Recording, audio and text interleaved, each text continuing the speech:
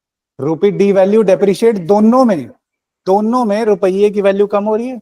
Simple example से समझते हैं। सपोज मैं इंडिया से एक्सपोर्ट करता हूं, आप यूएसए में रहते हो, आप इंडिया से साइकिल मंगवाते हो, राइट? इंडिया या चाइना से आप सोचते हो साइकिल कहां से मंगाऊं। अभी तक लेट से चाइना के करेंसी के हिसाब से आपको $10 में सेम साइकिल मिल रहा था। इंडिया में था वो लेट से 4,000 रुपए का, 4,000 रुपए, 8,000 का मान लो, सिंपल हो जाएगा, 8,000 रुपए का। 80 रुपए के डॉलर के हिसाब से कितने का पड़ा आपको? 80 रुपए का $1 है तो 8,000 कितने के पड़े हैं? 100। 80 रुपए का डॉलर है ना, $1 is equal to 80 for our example. अब रुपया सस्ता हो गया, मान लो कि $1 100 रुपए का हो गया, रुपया डिवैल्यू हो गया ना। So now how much the article becomes? 100 रुपए का $1 है, $80 का आपका जो $100 की चीज आ रही थी आपको, वो $80 की पड़ने लगी। अब आप $80 देंगे तो आपको कितने की पड़े, एक साइकिल कितने का पड़ेगा? $80 का, बिकॉज रुपया सस्ता हो गया, आपको कम डॉलर देने पड़ेंगे। तो Indian goods would be available in a cheap rate, lesser rate. So जब रुपया डिवैल्यू होगा तो एक्सपोर्ट्स हमारे प्रमोट होंगे। बट इंडिया को इसका क्या नुकसान है? India has to import oil. अब हमें ज्यादा पैसे देने पड़ेंगे, इंपोर्टर्स को नुकसान होता है डिवैल्यूएशन में, एक्सपोर्टर्स को फायदा होता है। Always have this in mind. करेंगे ये बात भी, but please never be confuse, this is very very basic, right? Then Huntington disease often seen in news, किसी ने ऐसे करके लिखा भी हुआ था ये जेनेटिक है, एंड आई वाज होपिंग आप वायरस पिक कर लोगे, but this is a genetic disease जो पेरेंट्स से आती है, इनहेरिट होती है। None of the above is the answer, because it is not caused by virus, bacteria और protozoa, it is a genetic disease. Diseases and health ना दोनों state service और यूपीएससी दोनों में कॉमन टॉपिक है, और इस पे सवाल आ ही जाता है। So we must cover whichever disease is in news, right? Then operation Meghdoot, Siachen glacier news में था, ऑपरेशन मेघदूत यहाँ पे हुआ था, पाकिस्तान से कंट्रोल लिया था हमने, that is why this is here.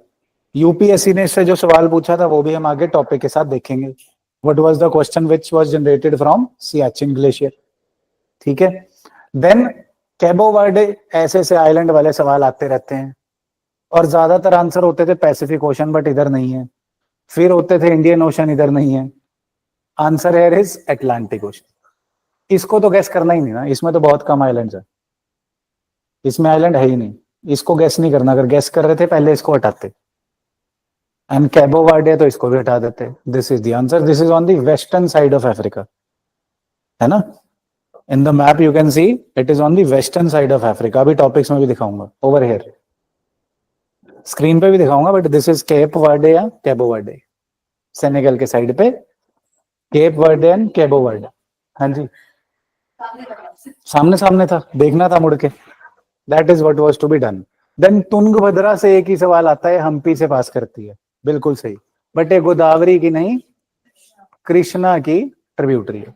So answer becomes 2 अब इसमें गेस करने वाले कितने थे? जिन्होंने तुक्का मारा, ओनली 2 स्टेटमेंट्स आर इनकरेक्ट। तुक्का तो नहीं, पर ये स्टैटिक के बेस पे तो स्टैटिक के बेस पे हो गया, हाँ? पॉलिटी में हो गया ना, लोकपाल लोग आई याद था आपको? I am very happy. फिर आप ही बताओ क्या गलती है स्टेटमेंट में, हैं? वो जो 10 चेयरमैन +9 कर दूं तो सही होगा? नहीं नहीं, वो मैक्सिमम नंबर्स 11 हो सकते हैं, 1 + 10 हो गए, तो ठीक तो था ये। ठीक है, फिर से नोट्स रिवाइज करना, कितना होना चाहिए यहाँ पे? अरे लोकपाल एक्ट 1 + 8, मैक्सिमम 1 + 8, टोटल 9 होगा, chairman +8 others, according to the 2013 Lokpal act, right? Lokpal act doesn't provide for reservation, doesn't आ गया तो वैसी गलत होती है statement. This is wrong, this is wrong. Even the prime minister falls under jurisdiction of Lokpal, correct. So only 2 statements are incorrect. Incorrect देखना था इसमें, 2 स्टेटमेंट्स आर इनकरेक्ट, पहली 2 गलत हैं। 8 मेंबर्स है सपना जी, नोट्स चेक करना दोबारा। Yes 1 + 8, right? Yes so let's go for the topics. आज हम ये टॉपिक्स करने वाले हैं। Devaluation of Indian rupee causes implications and policy challenges. I believe एक सवाल तो इसमें से बनता है इन द कमिंग एग्जाम्स, एक सवाल तो आना चाहिए because this is again and again in news. तो इसको हमें डिटेल में पता होना चाहिए, नीर क्या है, रीर क्या है, डिवैल्यूएशन के फायदे नुकसान क्या हैं, इंपोर्टर पे क्या इफेक्ट। देन हंटिंगटन्स डिजीज बस जेनेटिक है इतना पता और दिमाग को इफेक्ट करती है, राइट। शॉर्ट शॉर्ट चीजें लिखेंगे। Siachen glacier, obviously one question might appear, not always. सबसे इंपॉर्टेंट ऑब्वियसली ये है। कैबो वर्दे, जस्ट उड़ता तीर अगर आ जाए तो हमें पता होना चाहिए भाई कहाँ है। क्लाइमेट चेंज करके न्यूज में तो हमें पता होना चाहिए, island in news. Then Tungabhadra river has been a favourite of UPSC, so one question might form from here, right. Then Lokpal, Lokpal की अभी एनिवर्सरी सी सेलिब्रेट कर रहे थे तो दैट्स व्हाई इन न्यूज और स्टैटिक में दिया हुआ है, सवाल बन जाता है। We are doing again the backward and forward linkages. Prelim में आ रही है बैकवर्ड और मेंस में आ रही है फॉरवर्ड, और अभी सारे प्रीलिम आ रहे हैं तो हम लोग बैकवर्ड पे ज्यादा फोकस कर रहे हैं, right. So then global risk report कौन निकालता है जी? This is what I want to teach. Another favourite body of UPSC, world economic forum, और डेवोस में समिट हो रहा है इनका, तो अगेन फिर क्वेश्चन आ जाएगा, right. So fund of fund schemes, these are पुराने होगी स्कीम्स बट फिर भी स्टार्टअप के लिए बना था तो हमें थोड़ा सा आइडिया होना चाहिए, ज्यादा रट्टा नहीं मारना, राइट। देन लेक नवाशा, अफ्रीका के अंदर घुसे हुए हैं लोग, 2 सवाल अफ्रीका से पूछते ही पूछते हैं, है ना, इवन इन स्टेट सर्विसेज। सो हमें पता होना चाहिए लेक नवाशा है कहाँ। क्या पता इसे नवाईशा की जगह कुछ और बोलते हो, नायब शाह बोलते हो, बट हमें ये पता होना चाहिए कहाँ है। Then IMEC is again too much in news. चुन चुन के थोड़े टॉपिक्स लेके आता हूं मैं कि दैट फॉर्म क्वेश्चंस। 200 टॉपिक कराने आसान है कि 200 के 200 करा दिए और फिर बोल दिया सवाल आ गया and you are unable to retain. So the most important things which are from the news of the previous week, right, these would be really really important. सो चलो जी पहला सवाल करते हैं, डिवैल्यूएशन। डिवैल्यूएशन और डेप्रिसिएशन, पहले तो 2 टर्म्स पता होनी चाहिए हमें, डिवैल्यूएशन एंड डेप्रिसिएशन। क्या फर्क? दोनों में रुपये की वैल्यू कम हो रही है in comparison to other currencies, right. Devaluation central bank कर रहा है खुद से, by itself, done by central bank. Depreciation market forces करके होती है, market forces, right. Market forces depreciate करवाएंगे। Got my point? Devaluation is central bank के द्वारा। जब Indian rupee liberalisation, privatisation, globalisation करी थी तो हमने डेलिबरेटली अपने रुपी को डिवैल्यू करा था, बिकॉज आर्बिट्रेरली ओवर वैल्यू करा हुआ था। जैसे ही हम अपनी इकोनॉमी ओपन अप करते तो रुपया पता लग जाता असलियत क्या है, पहले ही हमने सही काम कर लिया। Depreciation is because of market forces. Depreciation happens because of macro economic indicators, कि आपकी ग्रोथ कैसी चल रही है, आपके ऊपर डेफिसिट हाई तो नहीं है, आपके यहाँ पे पॉलिटिकल स्टेबिलिटी है कि नहीं। All those factors actually effect the performance of your currency, right, that is depreciation. So थोड़ा सा देखते हैं क्या बात है जी। Indian rupee has witnessed sharp devaluation against the dollar after a period of relative stability. So हम examine करेंगे भी क्या क्या इंप्लीकेशन है। नीर रीर पे जाने से पहले I would want to explain foreign exchange rate। Foreign exchange पूरा लिख देते हैं कहीं कंफ्यूजन हो जाए। Foreign exchange rate, what is basic of foreign exchange rate? कि this is the value of our currency in the terms of other currency. $1 कितने का? 80 रुपए का। एक XYZ करेंसी कितने के? 10 रुपए की। कुछ भी हो सकता है। वैल्यू ऑफ आर, हाँ जी, वैल्यू ऑफ आर करेंसी। 10 का चिप्स का पैकेट आता है, फ्रेश एयर मिलती है उसमें, फ्रेश एयर मिलती है उसमें, है ना, चिप्स के पैकेट में। So anyhow foreign exchange is the rate of our currency, value of our currency in terms of other currency, right. So value of our currency अगर हम डॉलर से देख रहे हैं तो डॉलर पहले 40 रुपए का था, $1। देन $1 हो गया जी 70 रुपए का, आजकल 85-86 के आसपास घूम रहा है। सो दिस शोज कि हमारी जो करेंसी है बहुत ही बुरी परफॉर्म कर रही है, स्पेशली ये पिछले 1-2 साल में. सो इज इट सो और नॉट? सो इसको कंपेयर करने के लिए हमने देखा, कुछ इकोनॉमिस्ट ने कहा, हमारी सीतारमन जी ने कहा कि रुपया नहीं गिर रहा, डॉलर चढ़ रहा है. बहुत मजाक बना उनका कि रुपया नहीं गिर रहा, डॉलर चढ़ रहा. मैं नहीं फेल हो रहा, पेपर मुश्किल था. वही बात हो रही थी, है ना? So is it true? Partially yes, because dollar अपनी पॉलिटिकल वजहों से बहुत भाग रहा है. यूएस इकोनॉमी अच्छा कर रही है तो ठीक, but that does not mean कि इंडियन करेंसी बुरा ही कर रही है. So we want to compare it with other currencies as well. सिर्फ डॉलर थोड़ी है, यूरो है, येन है, रेनमी है, चाइना वाली, पाउंड एटसेट्रा एटसेट्रा एटसेट्रा, कितनी सारी करेंसीज हैं, हार्ड करेंसीज भी कितनी हैं. तो इनके साथ भी तो कंपेयर करना है हमने. सो लेट्स से इंडिया का जो नेट ट्रेड है 40% डॉलर में होता है, जस्ट एग्जांपल, 20% इसमें होता है, देन 10% इसमें एंड 10% इसमें. अब अगर हम यूरो के हिसाब से देखें तो let's just for an example, let's say 1 euro 100 रुपए का था, अब 1 यूरो 90 का हो गया, फिर 1 यूरो 80 का हो गया. तो यूरो के कंपैरिजन में तो हम अच्छा कर रहे हैं, है ना? ओवर हेयर भी अच्छा कर रहे हैं, ओवर हेयर भी अच्छा कर रहे हैं, सिर्फ डॉलर के कंपैरिजन में बुरा कर रहे हैं. So how do we consider that average?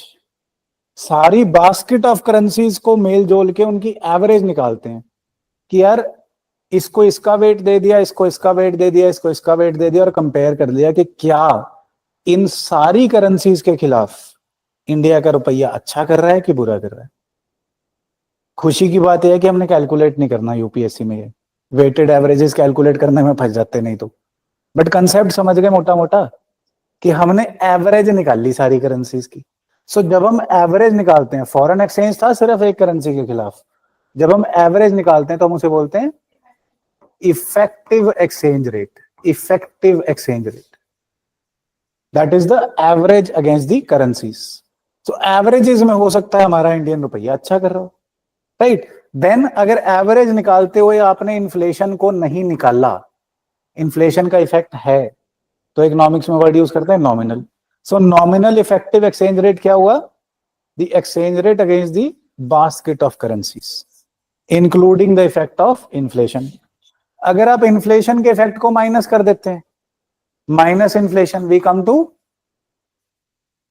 Real effective exchange rate, REER, right? So REER is against the average. अब इसमें 2 ही सवाल आज तक यूपीएससी ने पूछे हैं कि अगर नीर बढ़ रहा है तो इंडियन रुपया अप्रिशिएट कर रहा है कि डेप्रिशिएट. आपने ये समझना है कि आपने इंडिया की तरफ से देखना है. इफ नीर is increasing, Indian rupee is appreciating, value बढ़ रही है. इफ नीर is decreasing, Indian rupee is depreciating, right? एक और बात फिर बताओ डिराइव्ड.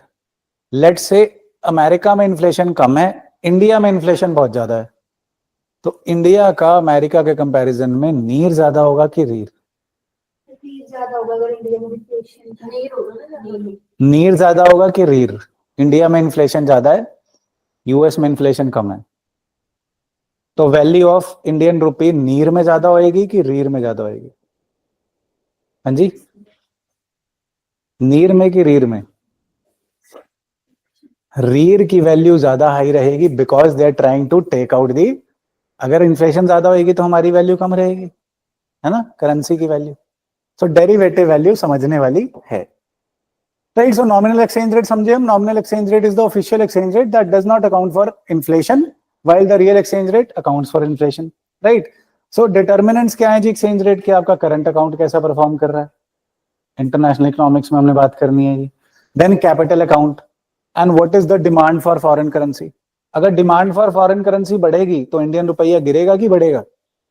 गिरेगा, डेप्रिशिएट करेगा, राइट? अगर डिमांड फॉर इंडियन करेंसी बढ़ेगी तो इंडियन करेंसी एप्रिशिएट करेगी. सिंपल सिंपल सी बातें. Then types of exchange rate system. Fixed exchange rate system पहले होता था कि सेंट्रल बैंक डिटरमाइन करती थी कितना एक्सचेंज रेट होगा. Then floating exchange rate, market forces determine कर रही हैं कितना एक्सचेंज रेट होगा. Then we have manage floating exchange rate, कि हम लोग एक रेंज रख लेते हैं कि चलो डॉलर 40 से 90 के बीच में रहेगा तो हम बीच में दखल अंदाजी नहीं करेंगे, उसके बाद फिर दखल अंदाजी करेंगे. So India has been following actually the managed floating exchange rate system. Market forces को डिटरमाइन करने दो, बट एकदम से शार्प डिक्लाइन या शार्प इंक्रीज आएगा तो सेंट्रल बैंक बीच में आके इंटरफेयर करेगा और मैनेज कर लेगा इसे। क्यों एकदम से डिक्लाइन और इंक्रीज नहीं चाहते हम? Why don't we want the sudden decrease or increase in exchange rate? Stability of the economy is affected. एकदम से हमारे इंपोर्ट महंगे हो जाएंगे तो हमारे इंपोर्टर्स लुट जाएंगे, इकोनॉमी की ऐसी तैसी हो जाएगी, है ना? फिर पेट्रोल पंप्स पे पेट्रोल खत्म हो जाता है। This has happened earlier as well, right? So we do not want that. Sri Lanka की तरह हम अपना हाल नहीं चाहते। ये चीजें पढ़ने वाली हैं थोड़ी। Nominal exchange rate, it tells the currency that can be bought by 1 unit of the other currency. मतलब this is telling the exchange rate. Then REER, it compares general price level of 2 countries. Basically inflation की बात हो रही है, inflation का comparison करना है तो REER देखोगे आप, right? Then determined by macro economic factors of demand and supply. NEER is actually the rate you use for buying the foreign currency, not the REER। REER just for basis of calculation होता है, NEER is actually what you pay, right? आपकी inflation होने के करके आपकी currency सस्ती हो जाती है, right? Then nominal exchange rate is used to determine the real exchange rate. NEER से हम लोग REER कैलकुलेट करते हैं, राइट?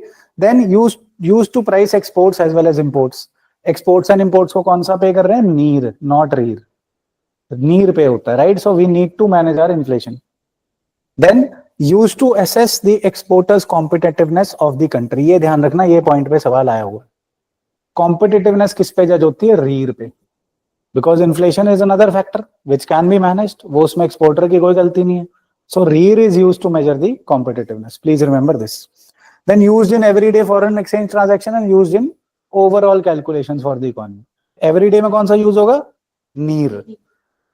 Competitiveness के लिए कौन सा यूज होगा? REER। Remember that, right? Then past trends have been, India has followed a managed floating system. We have done that, right? Under excess demand, depreciated the rupee. जब demand कम होगी रुपी तो depreciate करेगा।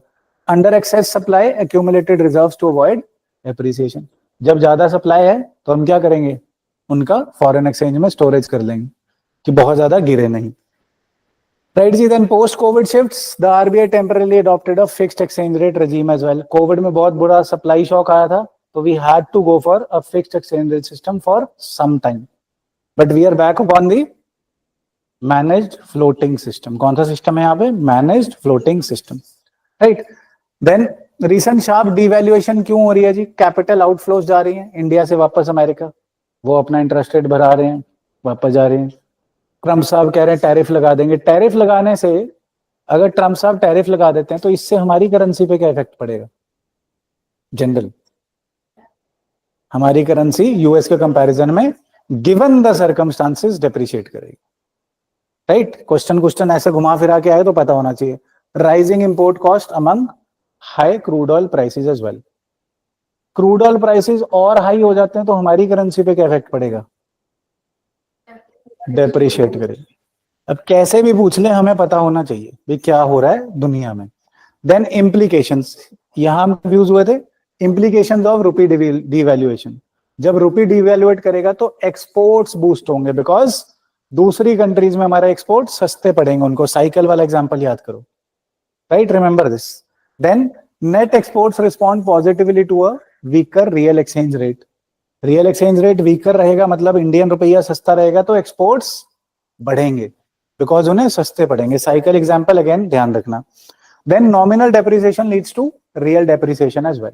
Both actually nominal और real साथ साथ चलते हैं, बहुत ही रेयर सर्कमस्टांसेस में डाइवर्ट करते हैं जब इन्फ्लेशन कल्ली ही उनको मैनेज कर रही है। देन एडवर्स इफेक्ट्स किस पे हैं जी? जब रुपी डिवैल्यू होता है तो इन्फ्लेशनरी प्रेशर आ जाता है। रुपये का पैसे की वैल्यू कम तो गुड्स महंगे पड़ेंगे, है ना?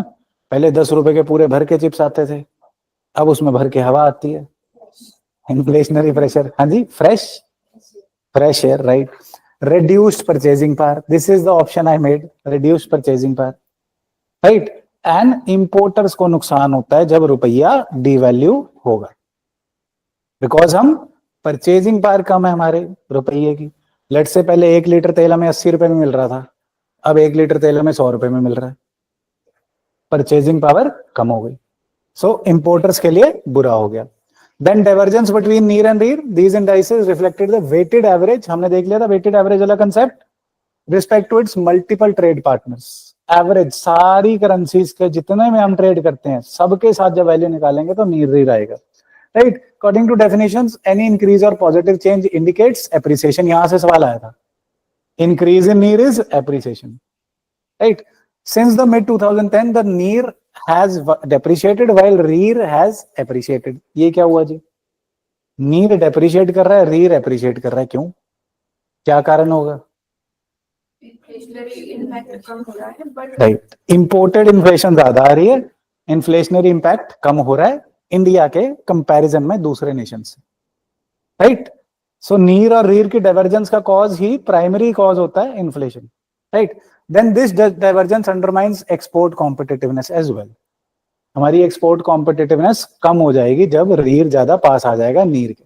ज्यादा अप्रिशिएट करेगा तो रीर अप्रिशिएट करेगा तो क्या होगा? एक्सपोर्ट कॉम्पिटिटिवनेस कम होगी, राइट?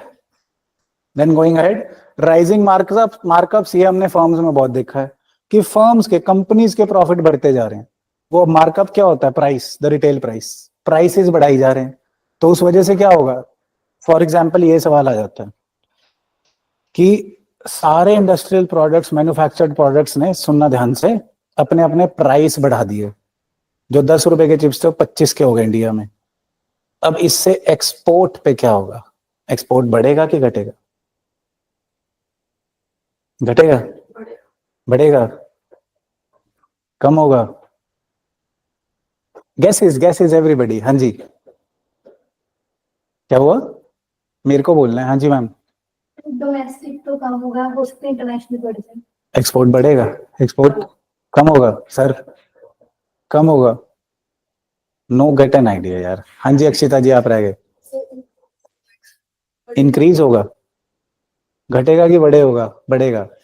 आप समझो आपकी दुकान है इंडिया में, जो 10 रुपए का चिप्स था 25 रुपए का बिक रहा है, आपके पास पड़ा है स्टॉक. बाहर वही रेट है, बाहर लेट से 18 का बिकता था, 18 का ही बिक रहा है. पहले आप इंडिया में बेचोगे कि बाहर बेचोगे?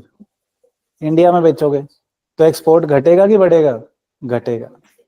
Sir you are right, and everybody who said घटेगा इज राइट, बिकॉज जब इंडिया में ही सामान महंगा बिकने लगेगा, इन्फ्लेशन इंडिया में ही ज्यादा हो जाएगी, तो sellers would be attracted to sell in domestic market itself. तो उसकी वजह से when there is increase in inflation in India, exports are negatively impacted. वो तो ज्यादा डेरिवेटिव कोशिश कर रहे हो ना आप, चिप्स तो खाने ही है. तो ओवरऑल इंपैक्ट में कंफ्यूज नहीं होना. इन्फ्लेशन बढ़ती है तो एक्सपोर्ट घटता है. क्लियर? Any questions? हाँ जी. हिडन इन्फ्लेशन कौन सी वाली? इंपोर्टेड इन्फ्लेशन की बात कर रहे हैं आप? चिप्स का पैकेट था, ओरिजिनल प्राइस 10 रुपीज था.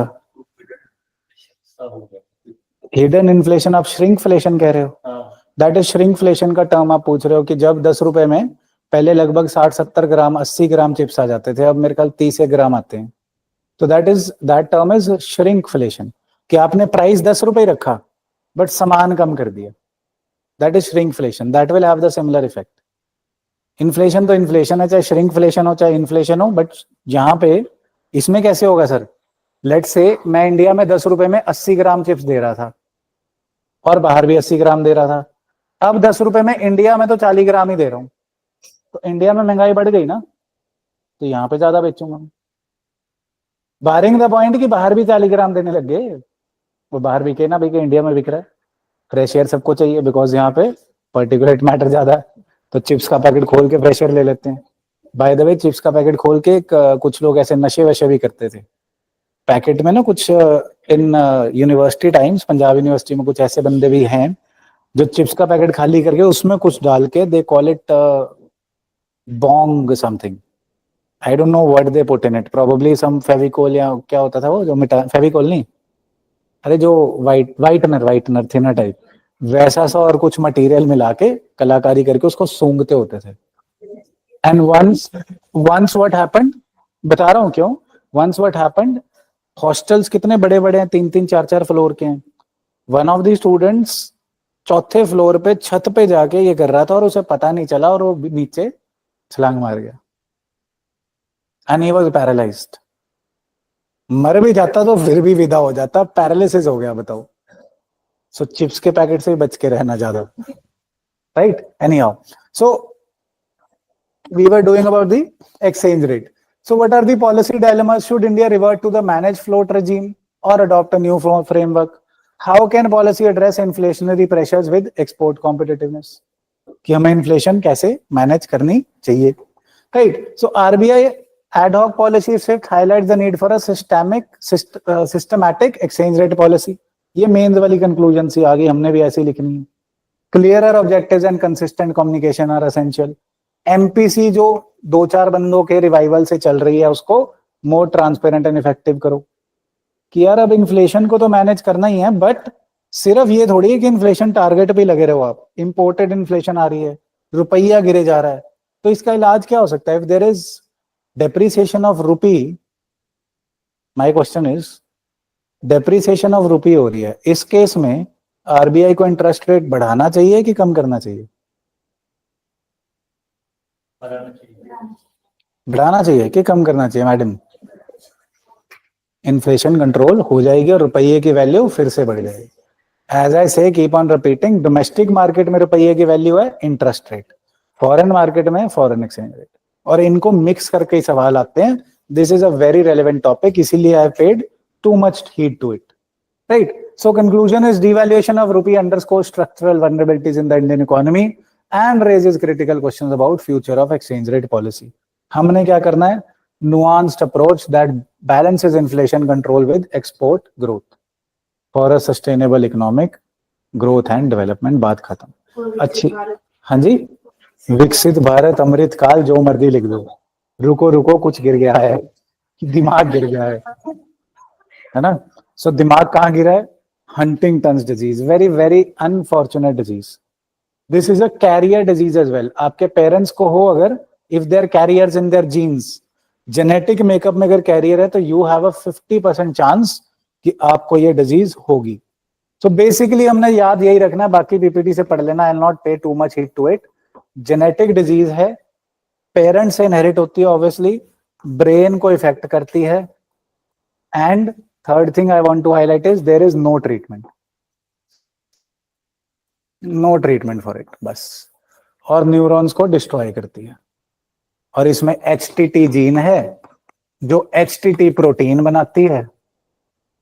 HTT प्रोटीन ऐसा बनता है स्क्यूड कि आपके न्यूरॉन्स मरने लगते हैं। बस ये 4 पॉइंट इसमें मैं हाईलाइट करना चाहता हूं, not going too much into the details, read कर लेना, बट रिटेन यही करना है, right? Then coming to another good thing, Diwali के पटाखों से जब ग्लेशियर पिघलता है तो उस पानी से हम क्या करेंगे? होली खेलेंगे, राइट? सो सियाचिन ग्लेशियर, इसमें से यूपीएससी ने पूछा था कौन सी रिवर का मेजर सोर्स है? Nubra river. This was the question asked. अब क्या पता ये पूछ लें थर्ड पोल किसे कहते हैं? Third pole of the world किसे कहते हैं? Siachen glacier. Second largest non polar glacier कौन सा है? सेकेंड लार्जेस्ट नॉन पोलर मतलब जो पोल्स में नहीं है, non polar glacier Siachen glacier. Then कैसे टाइप का ग्लेशियर है? पीडमोंट। What is piedmont? बड़ी सिंपल सी बात है, कंफ्यूज करते हैं। माउंटेन के पैरों में, माउंटेन के पैरों में पीडमोंट, माउंटेन के पैर में पीडमोंट। को बड़ी बात है यार, जहां पे माउंटेन अपनी हाइट कम करता जाता है वहां पे माउंटेन्स के पैरों में। सही सर, पीडमोंट। कोई बड़ी बात है नहीं है, बस कंफ्यूजन करने के लिए ऐसी सी बात लिख दे, पता नहीं क्या होगा, कुछ भी नहीं, nothing at all, right? We need to just simplify things. So हाँ जी,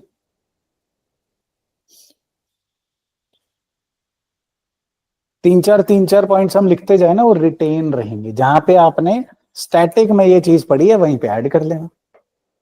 अभी हुआ क्या है जी, सियाचिन ग्लेशियर में बहुत मुश्किल था रहना, नेटवर्क सर्विसेज नहीं थे, ठंड तो बहुत है ही है, व्हाट्सएप इंस्टाग्राम नहीं चल रहा था, तो अब हम यहाँ पे 4G 5G सर्विसेज इनॉग्रेट करी है बाय प्राइवेट टेलीकॉम फर्म, इसलिए न्यूज में था। ये तो आर्मी के लिए बहुत अच्छा है कि वहां पे जो रहेंगे एटलीस्ट कम्युनिकेट तो कर पाए, इतनी ठंड में रह रहे हैं बेचारे, अपने लव्ड वंस की वार्म तो ले सकें, right. But this will not form a question 4G 5G आया कि नहीं, this might form a question. कौन सी रेंज में? काराकोरम रेंज में। You know this Karakoram range का पार्ट है। It lies in heavily glaciated Himalayan region known as the third pole. Third pole इस एरिया को बोल रहे हैं। Then lies between the Saltoro ridge, नहीं याद रखना, मेरे को नहीं होता, आपको होता तो कर लो, आई डोंट नो। सल्तोरो रिज पे है। Second longest non polar glacier है पोलर एरियाज के बाहर, आफ्टर दी फेडचेंको ग्लेशियर। कोई बात नहीं, फेडचेंको ग्लेशियर कोई नहीं पूछने वाला, अफ्रीका से सवाल पूछ रहे हैं, ये तजिकिस्तान कजिकिस्तान से नहीं पूछ रहे, right. It originates at the base of the Indira col west, कोई बात नहीं, no worries. Located strategically dominates the, ये ध्यान रख लेना यार, शाक्सगाम वैली ध्यान रख लेना ये, बिकॉज कॉन्फ्लिक्ट पॉइंट्स है ना ये शाक्सगाम वैली चाइना को पाकिस्तान ने दे दी थी, अब ये चाइनीज कंट्रोल में है, तो वी शुड नो। कई बार ऐसा सवाल आया था रिलेटेड टू विच कंट्री और इज लोकेटेड वेयर, शाक्सगाम वैली ध्यान रख लेना, कॉन्फ्लिक्ट पॉइंट पर सवाल आ जाता है। और अभी तक ये सवाल आया कि अच्छा it is a source of Nubra river. Nubra river कहाँ पे है, कैसी है, किसको कर रही है, that is the moot point over here, right. And it is considered the world's highest battle ground. यहाँ पे ऑपरेशन मेघदूत हुआ था, पाकिस्तान के कंट्रोल से हमने लिया था this glacier, operation Meghdoot.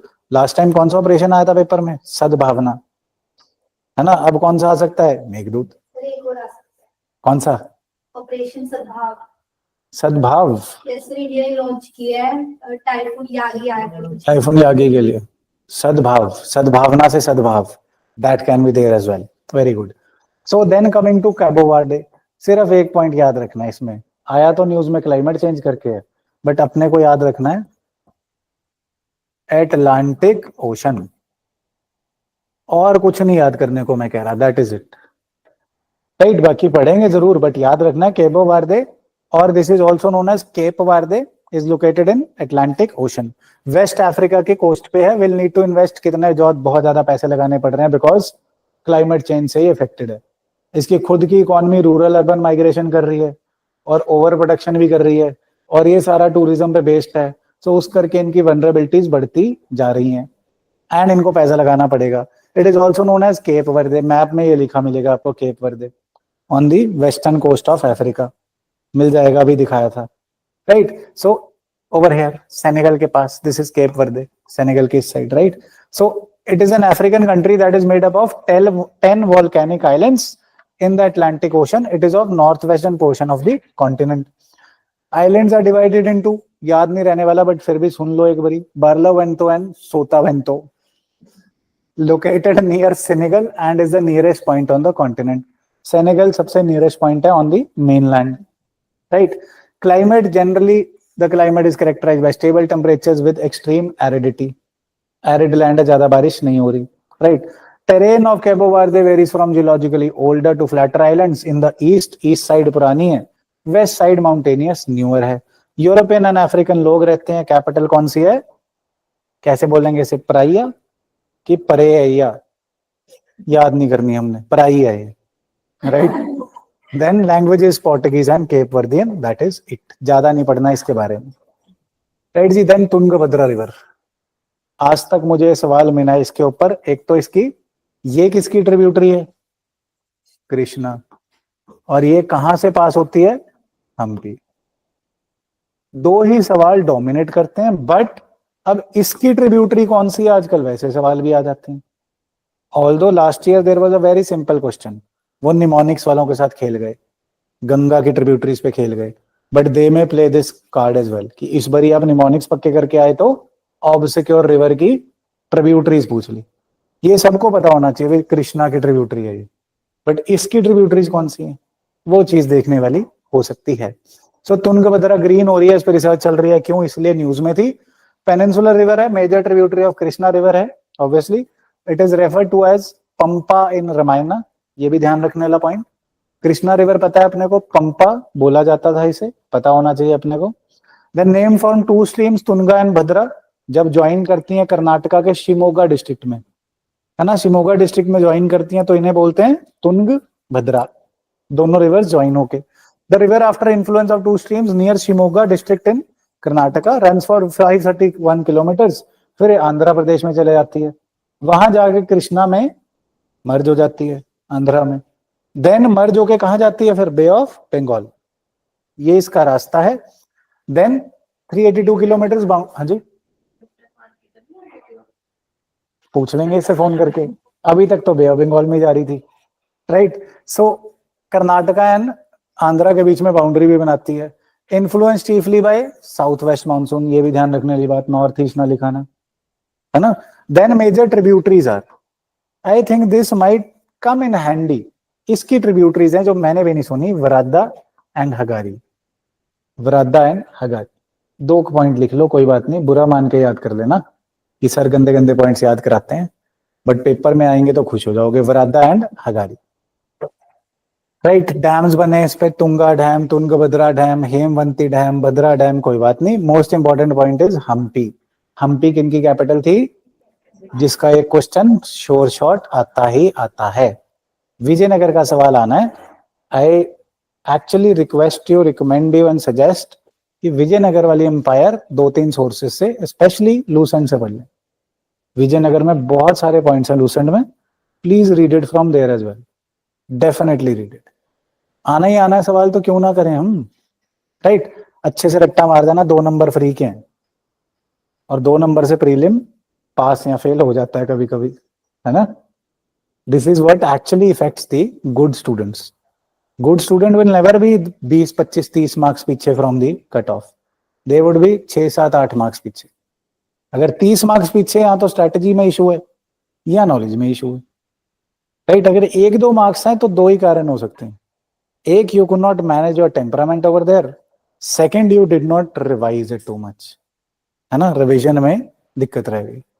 Any how, so Lokpal bill, we need a strong Lokpal, सरकार कहती है बना दिया लोकपाल, बट स्ट्रेंथ नहीं देनी, साहिल जी मैनू भी ना सुला दो नाल, right. So Lokpal ji, foundation day of Lokpal was held for the first time on 16 January, Lokpal foundation day, क्या पता यूपीएससी इस लेवल तक गिर जाए, क्या पता गिर जाए, है ना। So they are actually I think impacted by HCS, HCS awards पूछ रहा था, इन्होंने पूछ लिए, एचसीएस पार्ट्स एंड आर्टिकल्स पूछ रहा था, इन्होंने पूछ लिए। So maybe they may fall to this level 16 जनवरी। पहला अपना लोकपाल कौन अपॉइंट हुआ था सबसे पहली बार, पता होना चाहिए यार इसी देश में, हाँ, पिनाकी चंद्र घोष, पता था, बोलना था, जी सर, नाम याद नहीं आ रहा था। पिनाकी चंद्र घोष। स्टैट्यूटरी बॉडी है जी लोकपाल, लोकपाल एक्ट 2013 से बनी है, सेंटर लेवल पे होगा लोकपाल, स्टेट लेवल पे होगा लोकायुक्त 2013 के एक्ट से। Allegations of corruption, basically prevention of corruption act के अंडर पब्लिक सर्वेंट्स के खिलाफ ये चलते हैं, right. It consist of chairperson and 8 members, 8 member जिसमें से 4 जुडिशियल मेंबर होंगे।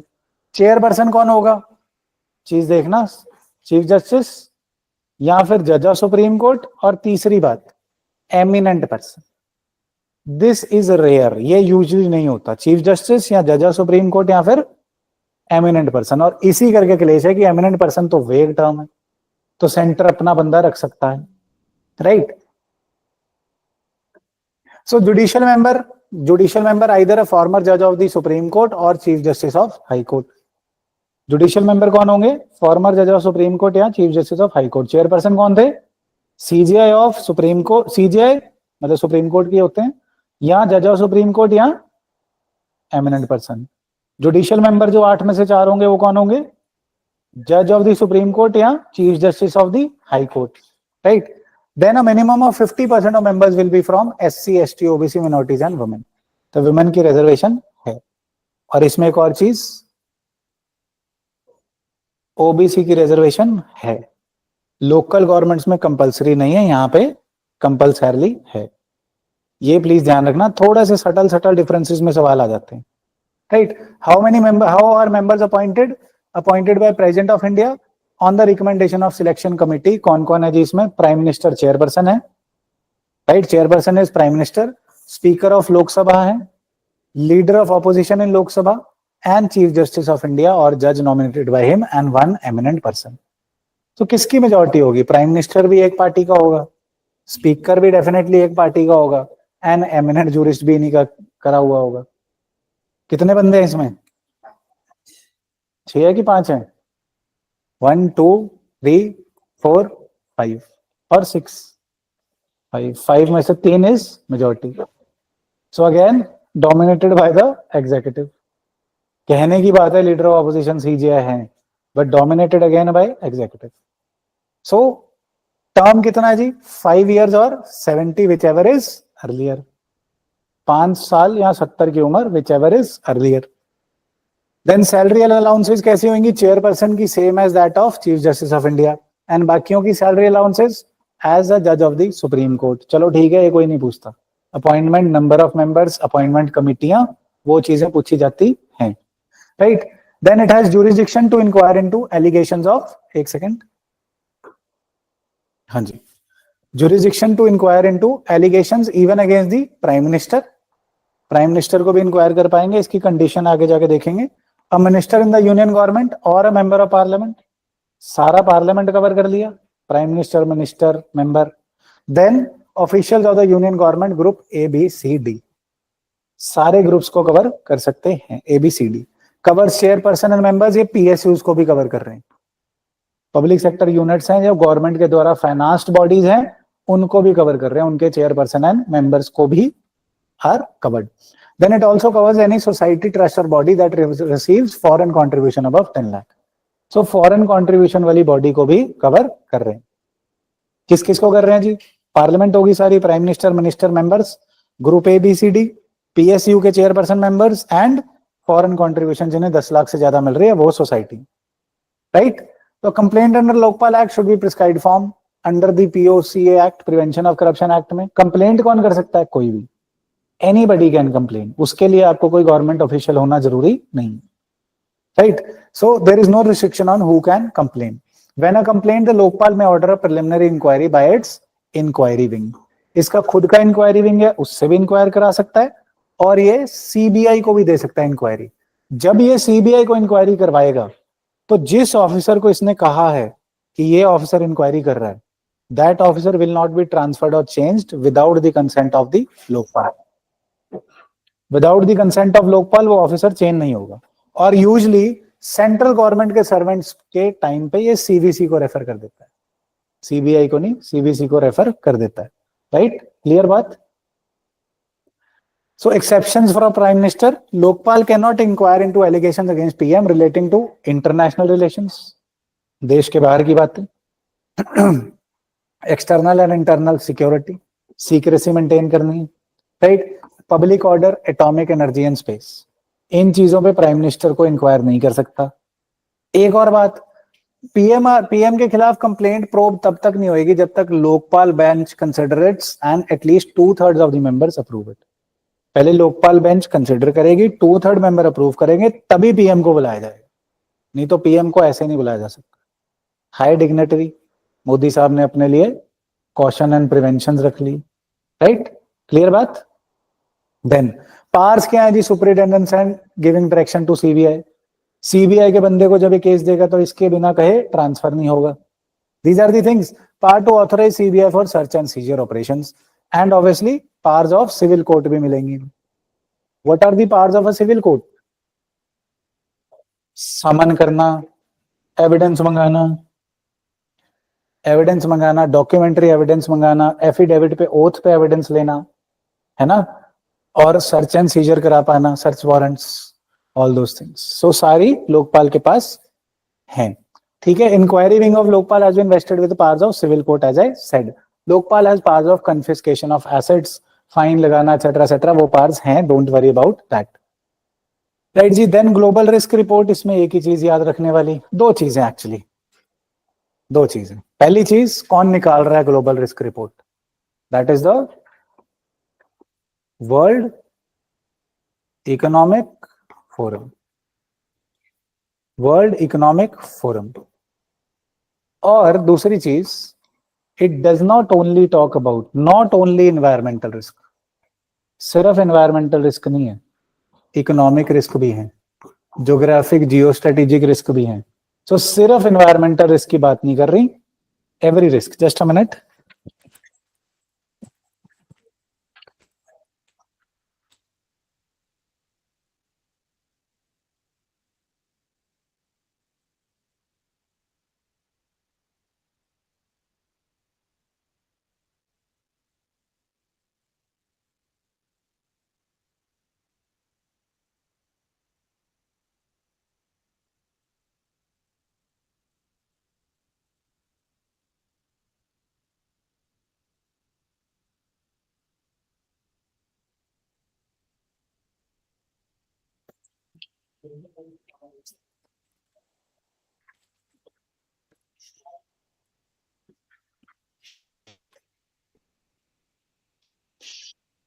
So these are the two things to remember in global risk report. But फिर भी देख लेते हैं क्या कह रही है.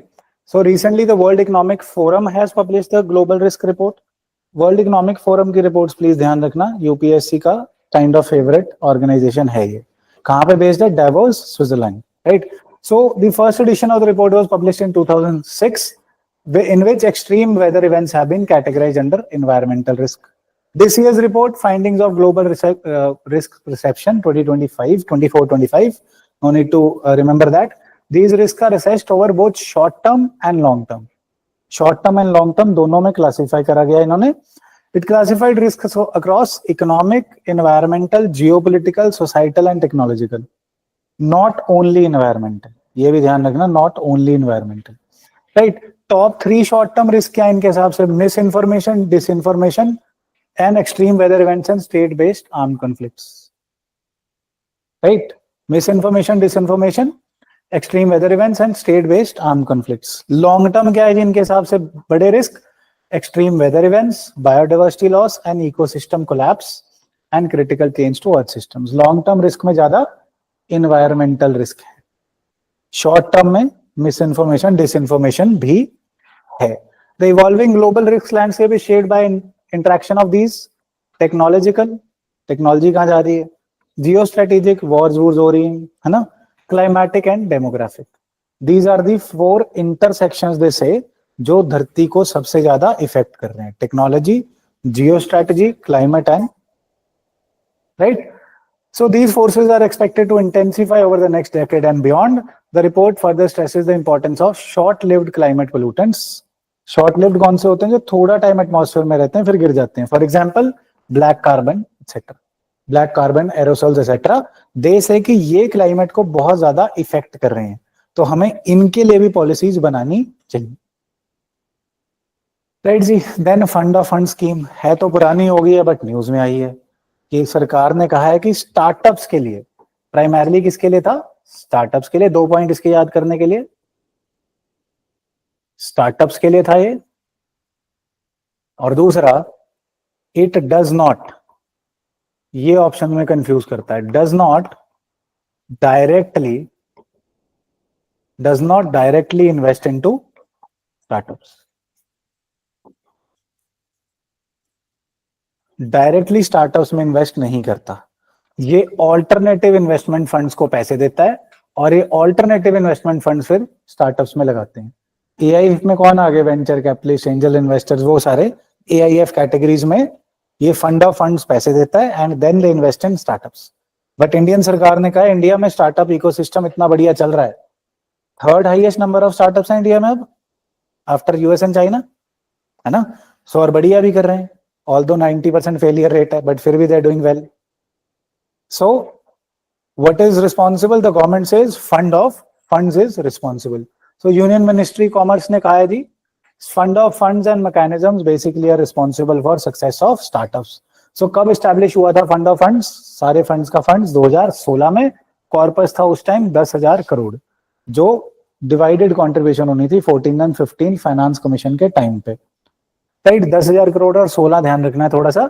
क्या कर रहे हैं जी? इंडियन स्टार्टअप इकोसिस्टम को कैपिटल दे रहे हैं, बट डायरेक्टली नहीं देंगे. Does not directly invest in startups, instead it provides capital to SEBI registered alternative investment funds. AIFs को दे रहे हैं. एआईएफ्स फिर इसको डबल करके आगे लगाएंगे. AIFs are supposed to increase it and then invest in startups. Right. And इनका इंचार्ज कौन था जी? SIDBI, small industries development bank has given the mandate of operating this fund. So ये भी कभी कभी आ जाता है भी कौन था फंड ऑफ फंड्स का manager? SIDBI, small industries development bank of India. And AIFs are supported under FFS fund of funds to require at least 2 times the amount committed under FFS, मतलब इंक्रीज करके, राइट। देन सिडबी के बारे में एक दो point पता होना चाहिए, स्टेट सर्विस खास करके।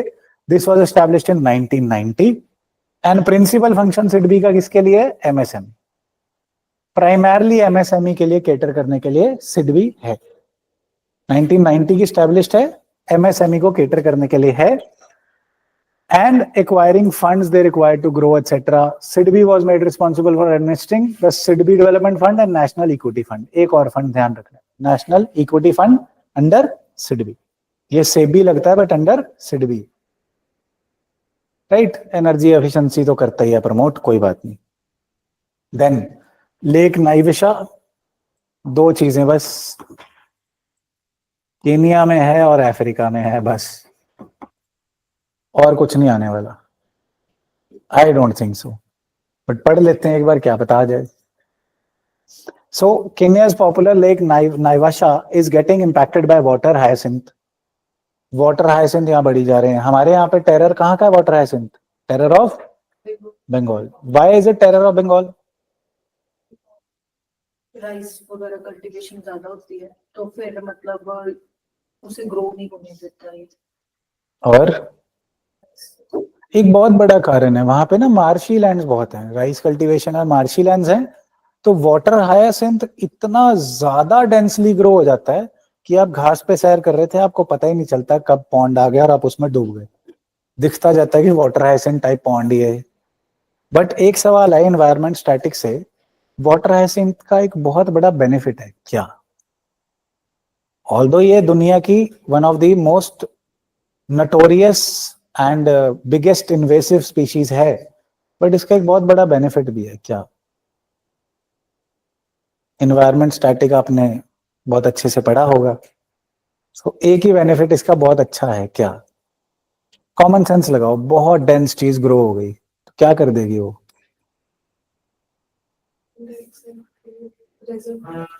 Not exactly. जो चीज बहुत डेंस हो जाएगी ना, पानी में फिल्टर की तरह एक्ट करेगी, हैवी मेटल पोल्यूशन एक्सेट्रा को फिल्टर कर देगी। बिकॉज बहुत ज्यादा वो फिर छाननी की तरह, जो पंजाबी जी कहते हैं पुन देगी पानी में, है ना। This will act as English में सीव, छाननी सेव या पुनना, जेड़ा मर्जी समझो, this is up to you, right, whichever you understand. So वो फिल्टर की तरह एक्ट करेगी और heavy metal pollution etcetera etcetera को नीचे नहीं जाने देगी, उसको हटा दे। सो लेक नवाइशा में भी ये वाटर हायसिंथ की प्रॉब्लम है। Shallow water fresh water lake है southern Rift Valley in Kenya में, कीनिया होना चाहिए, थोड़ा नीचे आ गया, कीनिया में लोकेटेड है। जियोलॉजिकल ओरिजिन की है, एक्सटिंक्ट डोरमेंट है, कोई बात नहीं। पेरेनियल मलेवा एंड गिलगिल रिवर्स हैं यहाँ पे, अगर याद रहे तो भाई कर लेना, मेरे से तो नहीं होता, बट नेम से ये देख लेना अफ्रीका में, right, just that, Naivasha, Malewa, Gilgil, Africa, Kenya, right. बाकी water hyacinth is also known as Eichhornia crassipes. ये क्यों इंपॉर्टेंट है? एनसीईआरटी में दिया नाम, इकॉर्निया क्रैसिफस, ध्यान रख लेना, काम आ जाता है। एनसीईआरटी 12th में जहां बायोलॉजी के साथ एनवायरनमेंट है, ये नाम मेंशन्ड है। And water hyacinth is one of the most dangerous और most spread across invasive species in the world. Invasive species कौन सी होती है? जो उस जगह की नहीं है एंड वहां पे कहीं बाहर से आई है और बाहर से आकर के उनकी स्पीशीज को तंग कर रही है, खत्म कर रही है। ओरिजिनली कहां से है water hyacinth? South America. Originally it belongs to south America. And जो नवाइशा जो साइट है अपनी, रामसर साइट भी है। Lake Naivasha is also a Ramsar site. Ramsar site कौन सी होती है? What is Ramsar? हाँ जी, एक एक करके, हाँ जी। हाँ, किससे डील करती है Ramsar convention? Wetlands, right, wetland से डील करती है, और this is under the Ramsar convention और रामसर साइट, राइट जी। Water hyacinth native to south America था। Usually the presence is linked to pollution, it is known to thrive in presence of contaminants, and is the most invasive aquatic plant species in the world. ये sunlight को prevent करेगी, नीचे growth नहीं होने देगी, दूसरी species को रोक देगी, बट फायदा याद रखना वो याद नहीं रहता, right? Then coming to the last thing, IMAC, Meloni and Modi, that is Melodi. Good idea. So IMAC क्यों न्यूज में रहता है बार बार? Because now there is problem in the Middle East. But question हम कैसे एक्सपेक्ट कर सकते हैं? कौन सी कंट्रीज को जोड़ रहा है, किस किस की एग्रीमेंट थी, क्या इसमें सिर्फ पोर्ट होंगे या रेलवेज भी होंगे? सो पोर्ट्स एंड रेलवेज दोनों होंगे. देन हाइफा पोर्ट कहाँ है, वो सारी चीजें. So all these things need to be referred to and somehow remembered. So Joe Biden साहब ने, जो बिडेन या Biden, highlighted the potential of this IMAC corridor following the Israel-Hamas conflict. So connectivity project है that seeks to seamless infrastructure of ports भी हैं, railways भी हैं, roads भी हैं, sea lines भी हैं, pipelines, सारी चीजें. Ports, roads, railways, sea lines and pipelines सब कुछ है to enhance trade among India, Arabian Peninsula, Mediterranean and Europe. सबको लिंक करेगा. इंडिया के वेस्ट से जाएगा और पूरे यूरोप तक लिंक करता जाएगा. Right. So it was announced in 2023 on the sidelines of G20 meeting in New Delhi. G20 में 2023 में announce हुआ, important fact. Right. And was signed between the European Union and 7 countries.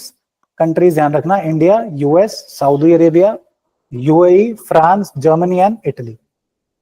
Countries ध्यान रखने वाली बात है. Please keep this in mind.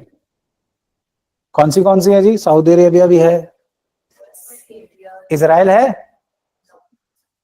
Palestine है, UAE है, टर्की. ध्यान रखना, right? These might be the confusing options. Then IMAC will comprise of 2 separate corridors. Eastern corridor India को अरेबियन गल्फ से जोड़ेगा, ईस्टर्न कॉरिडोर इस साइड वाला. वेस्टर्न कॉरिडोर और northern corridor Gulf to Europe को जोड़ेगा. ईस्टर्न इंडिया को Arabian Gulf से, northern would join Gulf to Europe. 2 separate corridors बनाएंगे.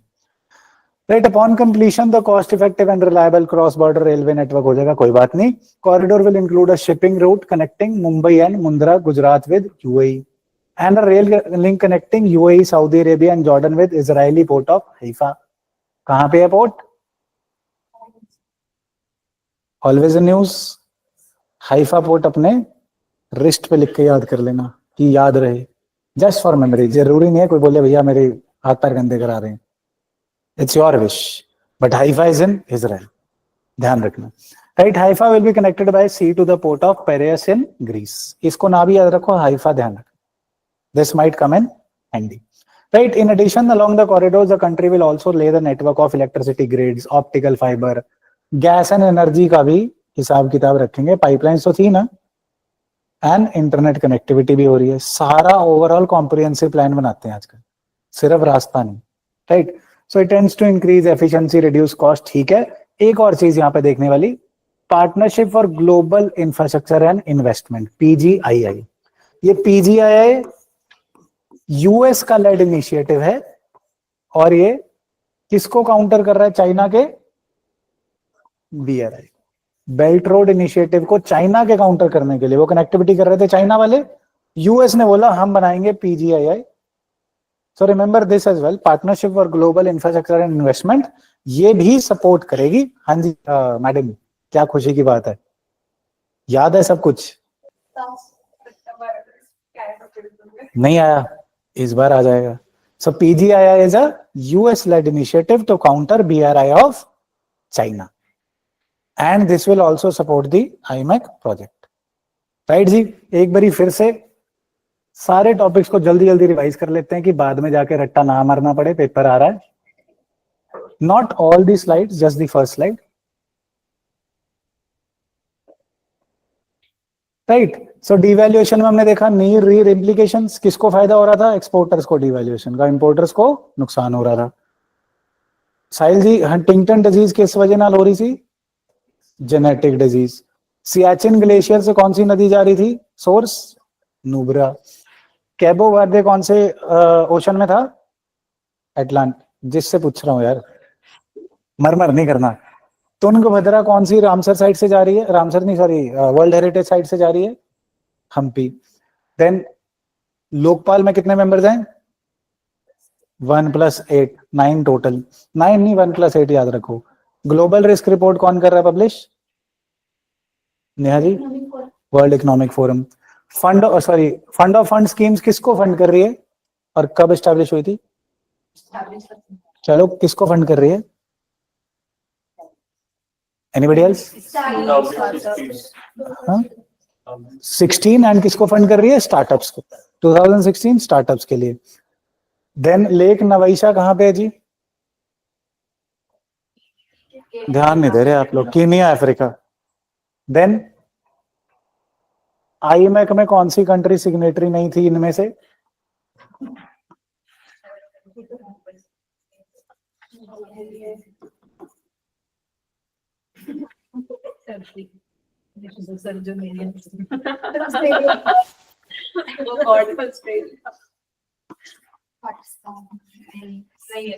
ये नहीं है ना? यूएई है, सऊदी अरेबिया है, Pakistan, China, Turkey, Afghanistan and, हाँ जी, इजराइल। इजराइल नहीं है। पैलेस्टीन तो होता ही नहीं। पोर्ट यूज कर रहे हैं, जॉर्डन का भी कर रहे हैं जी, इजराइल का भी कर रहे हैं। So we are done. I hope we gain something और घर जाके हमें खुशी होगी कि कुछ सीख के आए आज। So you must say it, but I will say it. Thank you, thank you for coming. Smiley भी बनाना चाहिए। मेरे को पहले ही क्रिटिसाइज करा जाता है कि आपने ना सिलेबस को मजाक बना रखा है, हंसी हंसी में ज्यादा पढ़ाते हो। तो I tell them this, that my classes are but that means